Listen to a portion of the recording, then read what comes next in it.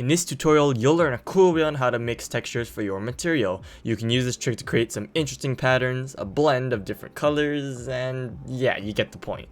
I actually learned this trick from my friend who also uses Blender, and I asked him if I could make a tutorial in it since I found it so awesome, and greatly he said yes. So shoutouts to him, his name is Caleb, and hopefully you find this trick useful. Without further ado, let's begin.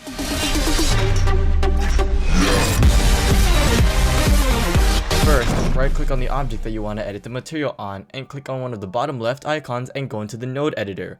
Once you've done that, click on the add button or press shift A on your keyboard and look for the texture coordinate node. Next, we're going to add in one of two nodes, the noise texture node and the veroni texture node. But for the sake of this tutorial, I'm going to use both and show you guys later on what these can be used for. But for now, we're going to focus on just using the noise texture.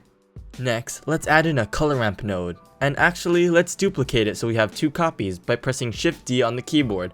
For now, let's just focus on one color ramp node at a time, so I'm gonna hide the first color ramp node and the veroni texture node.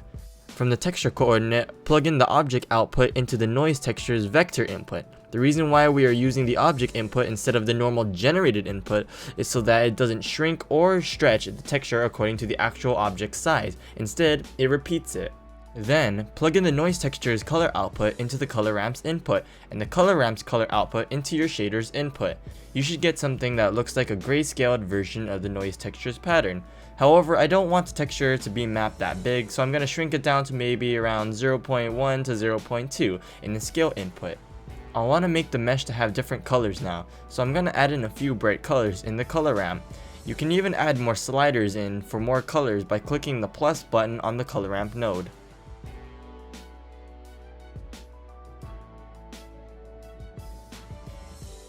Now, if we look around the mesh, you can see how the material's pattern is distributed, but it looks too plain, so we're going to give it more variety by increasing the distortion settings on the noise texture.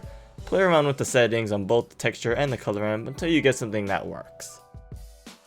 Now, we're going to add in the other color ramp node that we hid earlier, but plug it in between the noise texture and the other color ramp node. However, we're going to leave the colors as is because with the dark and bright values, we can use the sliders as a control to adjust the strength of each sides of the color ramp node used after. Using this can not only affect the amount of color, but as well as the overall pattern and the equality of colors. And all with the noise texture we're using allows to create a nice blended pattern or gradient of colors on your mesh. Now, let's try experimenting with the veroni texture. Already at the start, we get a completely different look to the material. If you don't want it that size, you can even scale up or down the veroni texture's pattern. You can even get more results from changing the veroni's coloring settings from intensity to cells.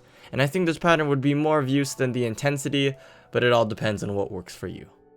Alright, thanks for watching. If you found this tutorial helpful, give it a thumbs up and share the video with your friends or on social media so we can help others and grow our small community. I'm Joshua via TooEazyCG, get to bon bon, and goodbye.